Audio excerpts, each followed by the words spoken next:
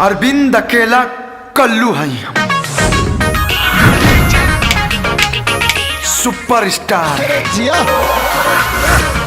करोड़ों फैन बाड़े हमारे।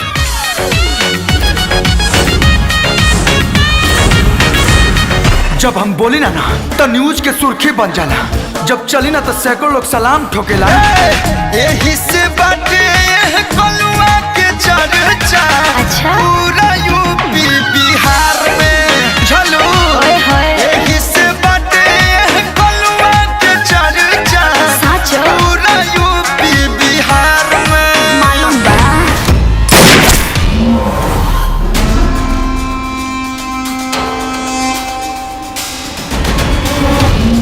मन त करता तोरा देह में इतना गोली दागी कि खून की जगह बारूद बहे लगे। शॉट कब कट हुआ पता ही नहीं चला। पता तो मुझे भी नहीं चला। नकली प्यार करते करते कब असली कर बैठे। सिकिया कहलिकिया से दिहलु का जरावा, लाले लाले ओठ चोट मारेला जियारावा, छुनुर छुनुर बाजेला कमर में कर धनिया न दुनिया जब से पेनहलु। ना तो ज़मीन के लिए है और ना आसमां के लिए, तेरा वजूद तो है सिर्फ एक दास्तां के लिए। हमार दूल्हा ना मिली ना मिली तो भैया काहे कहा था कि भूल जा, भगा दे भैया के, भगा दी। ये तरह के केस में साइकोलॉजिकल इफेक्ट बहुत काम करेला। सूरज होखे चाहे चांद, अपना बिटिया के खुशी खातिर आसमान लिया के रख दे हम अपना बिटिया के कदम में। तो दोनों नहना जैसे भरल भरल झील बाटे हो, तुहर शब्द से बखान मुश्किल बाटे हो। बड़ा भाग हमारे जे तू हमके मिलल बाड़ू हो। जान मारे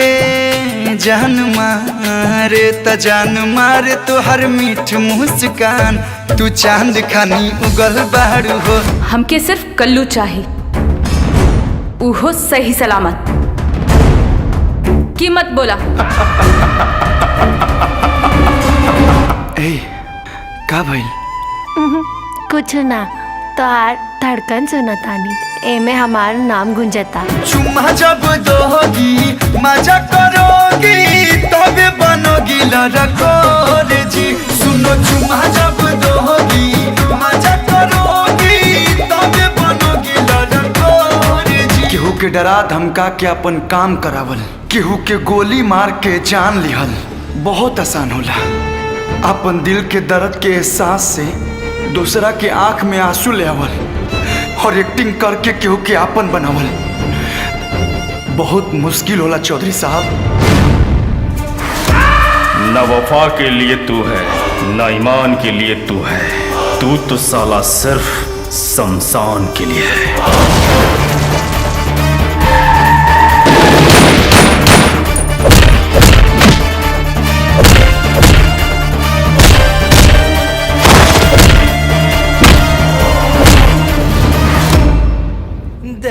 हमरा बेटी के चेहरा पे मुस्कान लौटाई, ओकर जिंदगी बन जाई।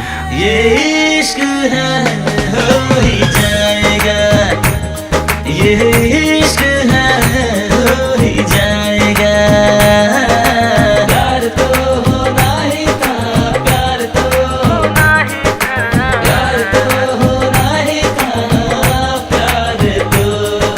हर लड़का एगो लड़की के चूड़ी पहिरा के, कंगन पहिरा के, ओकरे मांग में सिंदूर सजा के, ओकरे पिता के घर से ले जाके अपन दुनिया बसावेला। लेकिन शायद हमें दुनिया के पहला ऐसा पति होखब की जौन अपन होखे वाली धर्म पत्नी के हमेशा खातिर भगवान के पास विदा कर दे। मोहिनी